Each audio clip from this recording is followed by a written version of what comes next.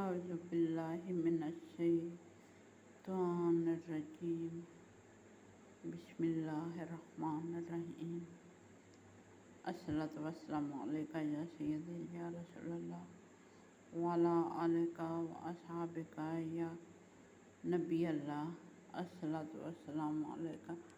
یا سیدی یا حبیب اللہ وعلی آلک و اصحابک یا نور من نور اللہ ان اللہ و ملائکتہ یصلون علی النبی یا ایھا الذین آمنوا صلوا علیہ وسلموا تسلیما الصلاۃ والسلام علیکہ یا رسول اللہ وعلی آلک و اصحابک یا حبیب اللہ۔ یہ چلیں سبق کا آغاز کرتے ہیں۔ اس جب کالا کہا اللہ تعالیٰ نے یا عیسیٰ اے عیسیٰ علیہ السلام انی بے شک میں متوفیکا پورا لینے والا ہوں تجھ کو ورافعوکا اور اٹھانے والا ہوں تجھے الیہ طرف اپنی ومطہرکا اور پاک کرنے والا ہوں تجھے من الذین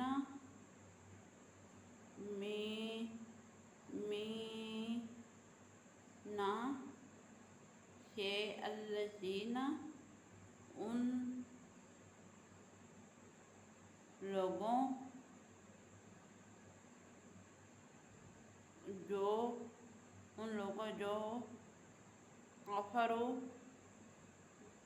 کافر ہوئے یعنی کفر کیا، وجاعلوا اور بنانے والا ہوں الذین ان لوگوں کو جو اتبعوک جو پیروکار ہیں تیرے، فوق اوپر الذین ان لوگوں کے کفروا جو کافر ہوئے، الی طرف یوم دن قیامت کے، ثم پھر الیہ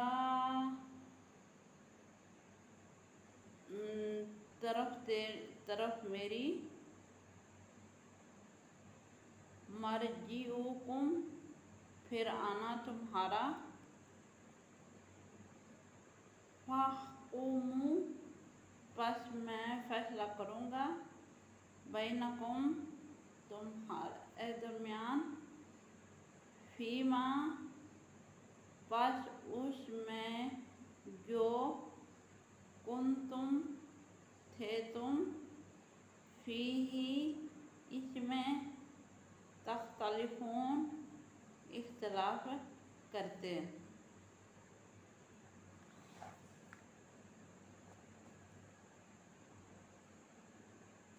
یاد کرو جب اللہ تعالیٰ نے فرمایا اے عیسیٰ علیہ السلام میں تمہارا وقت پورا کر کے تمہیں اپنی طرف اٹھا لوں گا، کافروں کی تہمتوں سے تمہیں پاک رکھوں گا اور تیرے پیروکاروں کو تیرے مخالفوں پر غلبہ عطا کروں گا، آخر ایک دن تم سب کو میرے پاس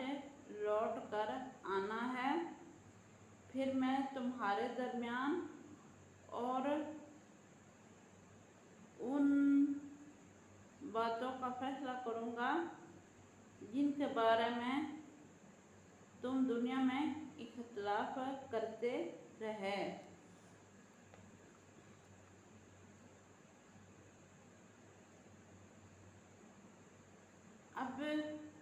بات سے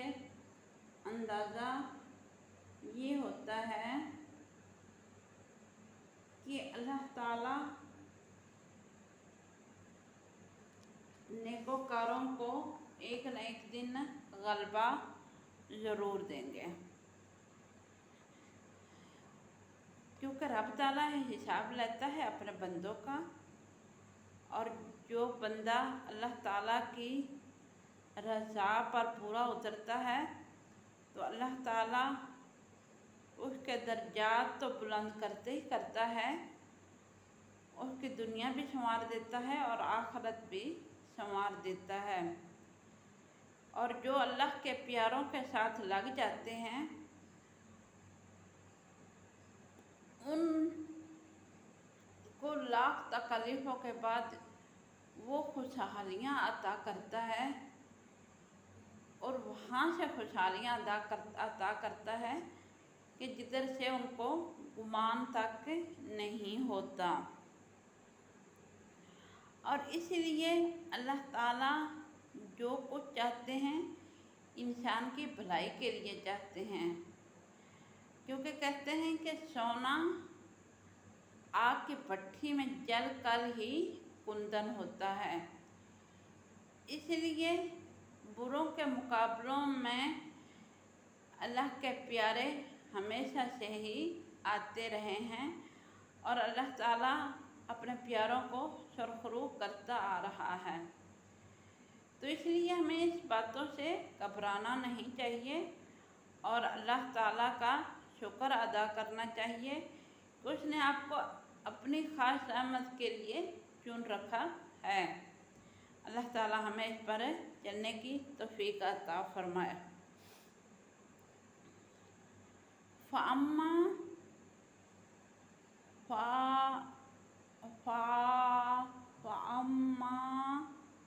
پھر جو الذین لوگ کے کافر ہوئے، فَأُعَذِّبُہُم پس میں عذاب دوں گا ان کو، عذاب شدیداً سخت، فی الدنیا پس دنیا میں، والآخرۃ اور آخرت میں، وما لہم اور نہیں، لہم واسطے ان کے لیے، من کوئی نصیر مددگار۔ اور کافروں کو میں دنیا اور آخرت میں سخت عذاب دوں گا اور ان کا کوئی مددگار نہیں ہوگا۔ تو جیسا کہ کہا ہے کہ ان کی دوڑ ایک طرح کی اللہ تعالیٰ نے کھلی چھوڑ دی ہے، اور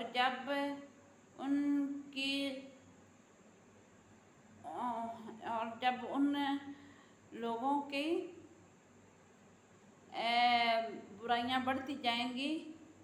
تو ایک دن وہ آئے گا کہ اللہ تعالیٰ ان کی برائیوں سمیت ان کو توبہ کی طاقت نہیں دے گا اور ان کو اٹھا لے گا۔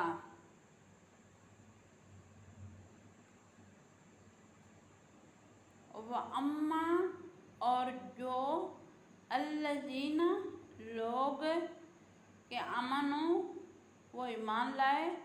وعملوا الصالحات اور عمل کیے صالحات اچھے، فَيُوَفِّيهِمْ پس پورا دے گا بدلہ ان کو، اجورہم اجر ان کا، واللہ اور اللہ تعالیٰ لا نہیں، یحب اور پسند کرتا، الظالمین ظالموں کو۔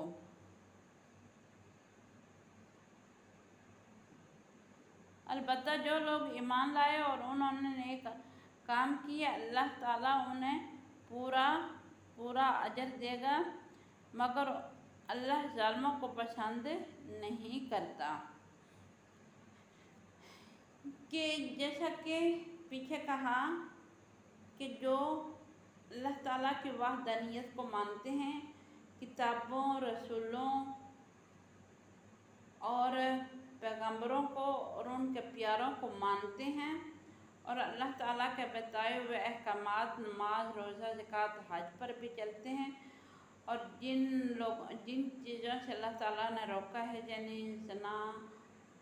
شراب، فتنہ اور اس جیسی جو بیماریوں سے اپنے آپ کو محفوظ کرنے کی کوشش کرتے ہیں، تو ایک دن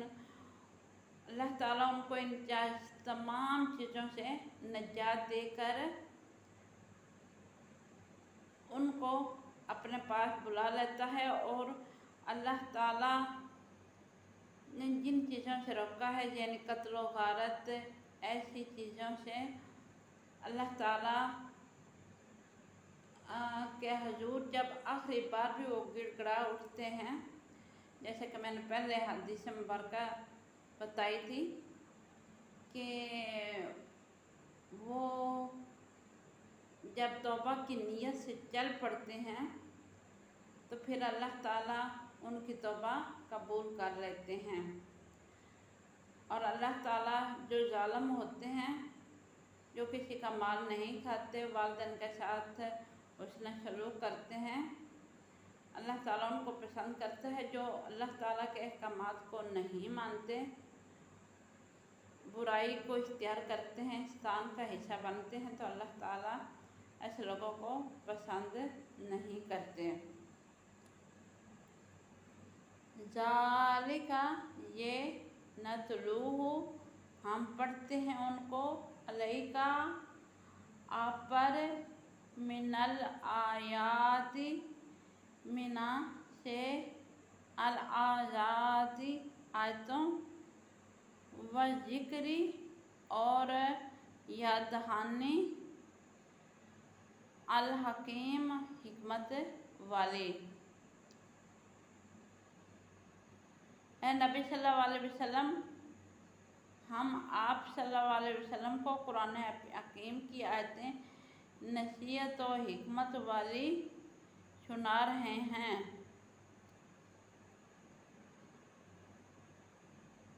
اب یہ حضرت عیسیٰ علیہ السلام کے زمانے میں کی بات ہو رہی ہے کہ تب سے ان تک رسائی کے یہ تمام تحفے تیار ہو رہے تھے، جو آخری کتاب قرآن کریم میں انہوں نے ذکر کیے ہیں۔ سب کتابوں کا احوال اس لیے بیان کیا ہے کہ کسی کو نبی پاک صلی اللہ علیہ وسلم کی وحدانیت پر شک نہ رہے، اور ان کو تمام چیزیں سکھا دی گئی تھی، اور اللہ تعالیٰ نے یہ ساری دنیا، اس سے معلوم ہوتا ہے ساری دنیا بنائی ہی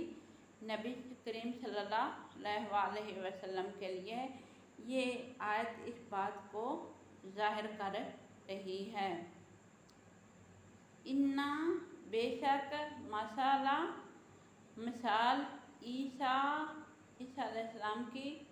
عندہ، نزدیک، ہے، اللہ تعالیٰ کے، کمثل، جیسا کہ مثال، آدم علیہ السلام کی، خلقہ، اس نے پیدا کیا،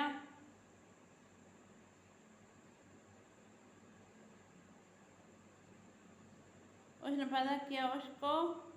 من سے، تراب، مٹی، ثم، پھر، قال، کہا، لہو، اس کو، کن فیکون، کن تو ہو جا، فیکون پس وہ ہو گیا۔ بے شک اللہ کے نزدیک عیسیٰ علیہ السلام کی مثال آدم علیہ السلام کی سی ہے۔ اس نے پیدا کیا، اس نے جیسے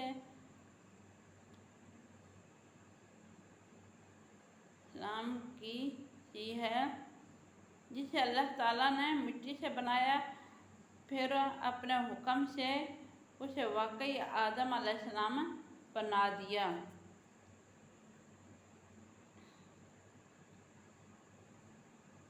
کہ کیونکہ حضرت عیسیٰ علیہ السلام بن باپ کے پیدا ہوئے ہیں اور حضرت آدم علیہ السلام بھی بن باپ کے پیدا ہوئے ہیں۔ یہ اللہ تعالیٰ کی نشانیاں ہیں، جیسا کہ پیچھے میں کہہ چکی ہوں کہ جو اللہ تعالیٰ کی برگزیدہ ہستیاں ہوتی ہیں ان کے لیے یہ سب کچھ محال نہیں۔ وہ جس عمر میں چاہیں اللہ تعالیٰ ان کو اولاد سے نواز دیتا ہے، جیسے بن باپ کے حضرت آدم علیہ السلام کو پیدا کیا، بن باپ کے حضرت عیسیٰ علیہ السلام کو پیدا کیا۔ وہ کیا مردے سے بچہ پیدا نہیں کروا سکتا؟ یہ سب خدا تعالیٰ کے کام ہیں۔ بس ہمارے عمل، ہماری امید ایسی ہونی چاہیے کہ اللہ تعالیٰ قادر و مطلق ہیں۔ الحق حق ہے، من کی طرف سے، رب کا اپنے رب کے، آپ کے رب کے، فلا پس نہ تکن آپ ہوں، من الممترین سے، الممترین شک کرنے والوں۔ اے نبی صلی اللہ علیہ وسلم، آپ صلی اللہ علیہ وسلم کے رب کی طرف سے جو کچھ بیان ہوا ہے یہی اصل واقعہ ہے، اور آپ صلی اللہ علیہ وسلم ان لوگوں میں شامل نہ ہوں جو شک کرنے والے ہیں۔ کہ اب اللہ تعالیٰ کو نے اس بات کو واضح کر دیا ہے کہ لوگ مختلف ہیں، کہ اللہ تعالیٰ اپنے بندوں کو وہ ظاہر کرتے جاتے ہیں کہ یہ ان سے مختلف ہوں۔ لوگ جو من گھڑت اپنے پاس سے ظاہر کرتے ہیں، اللہ تعالیٰ نے لوگوں کو وہ ذریعہ بنایا تو ہے، تو اسلامی اقتدار کے باوجود اللہ تعالیٰ نے ان کو اس چیز کا علم نہیں دیا۔ یہ علم دیا ہے، اور یہ اللہ کو یہ علم دیا ہے، انبیاء کرام کو یہ علم دیا ہے، اہل بیت پاک، اہل بیت اطہار کو بھی دیا ہے، پنجتن پاک کو دیا ہے۔ یہ ہر کسی پر اللہ تعالیٰ نے عیاں نہیں کیا، اس لیے کہہ رہے ہیں محبوب صلی اللہ علیہ وسلم آپ شک نہ پڑ جائیں، کیونکہ لوگ تو اپنے پاس سے بناتے ہی رہتے ہیں۔ جو کہتے ہیں کہ قرآن کریم میں نبی پاک صلی اللہ علیہ وسلم کا ذکر کم آیا ہے، دوسروں کا زیادہ آیا ہے، تو اس لیے ہم لوگ دوسرے پھر بڑے ہو گئے، تو آپ یہ دیکھ لیں کہ کتاب کس کے اوپر نازل ہو رہی ہے۔ اگر قرآن پاک نبی پاک صلی اللہ علیہ وسلم پر نازل ہو رہی ہے تو ان کی فضیلت کے باعث ان کو ہر چیز کی ڈیٹیل دی جا رہی ہے، تو اس لیے یہ ایسے من گھڑت باتوں سے اجتناب کیا کریں۔ فمن پس جو کوئی حاج کا جھگڑتے ہیں آپ سے، فیہ اس میں، مم سے، بعد ما اس کے جو، کا آیا پاس آپ کے، مینا سے، العلم علم، فقل تو آپ کہہ دیجئے، تعالو تم آؤ، ندعو ہم بلاتے ہیں ابناؤنا اپنے بیٹوں کو،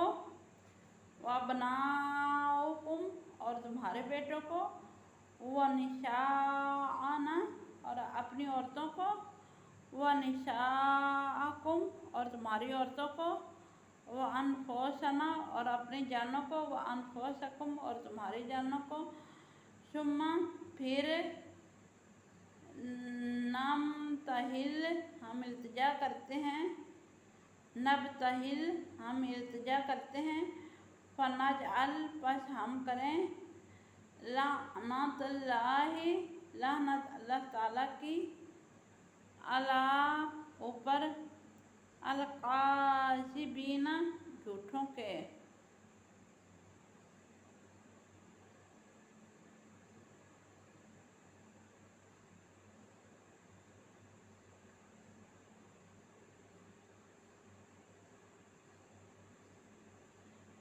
اب آپ صلی اللہ علیہ وسلم کو وحی کے ذریعے سے عیسیٰ علیہ السلام کے بارے میں علم ہو چکا۔ اس کے بعد اگر کوئی آپ صلی اللہ علیہ وسلم سے اس معاملے میں جھگڑتا ہے تو آپ صلی اللہ علیہ وسلم کہیں میدان میں آ جاؤ، ہم اپنے بیٹوں اور اپنی عورتوں سمیت نکلتے ہیں، تم بھی اپنے بیٹوں اور اپنی عورتوں کو ساتھ لے کر نکلو،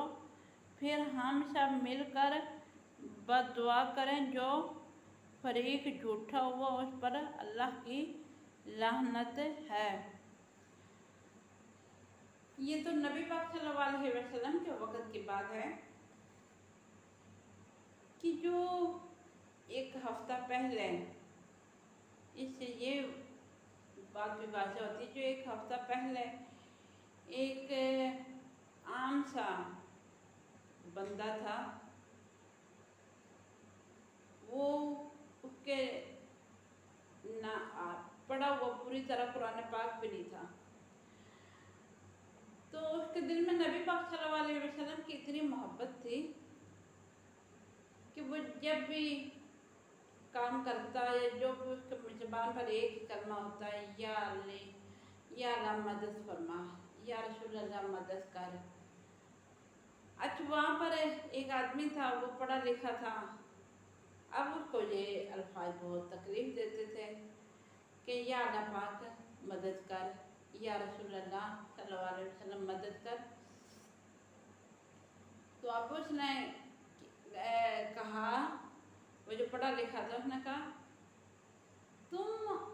جاہل گوار ہو، تجھے نہیں پتا، ایسے نہیں کرتے، ایسے نہیں کہتے۔ اب یہ اس کا کلام بن چکا تھا، اس کی زبان بن چکی تھی۔ اب واقعہ مختصر ہے کہ ان سے بحث مباحثہ میں بات یہاں تک پہنچ چکی، انہوں نے کہا، اس آدمی نے کہا جو ان پڑھ تھا کہ میں تو کہتا رہوں گا کہ اگر آزمانا ہے تو اکٹھ کرتے ہیں، اور ایک الاؤ دہکاتے ہیں، الاؤ دہکانے کے بعد جب اس میں دونوں چلے جاتے ہیں، اور جس کا عقیدہ مضبوط ہوا وہ دوسرا بچ جائے گا۔ اب وہ جو ایک فرقے میں بٹ چکا تھا، جو کہتا تھا کہ تم ایسا کیوں کہتے ہو، اس نے بھی یہ اسی کی شرط تھی۔ اچھا تندور دہکایا گیا، سب کچھ کیا، اور حاجی اللہ دیتا صاحب اس آدمی کو لے کر اس دن سارا مجمع تھا، تندور پوروں سے بھرا ہوا تھا۔ اب وہ بندہ دور سے ڈر رہا تھا، اور بابا اللہ دیتا کہتے ہیں اس کا بازو پکڑ کر چلا، تندور میں چھلانگ لگاتے ہیں۔ اب وہ ڈر رہا ہے، کہتا ہے پڑھا لکھا ہو کر، اس نے جب یہ کیا تو بابا اللہ دیتا نے اس کو کھینچتے ہوئے کہا یا رسول اللہ مدد، اور اس کا ہاتھ پکڑ کے بیچ میں تندور جو آسمان تک تقریباً کولے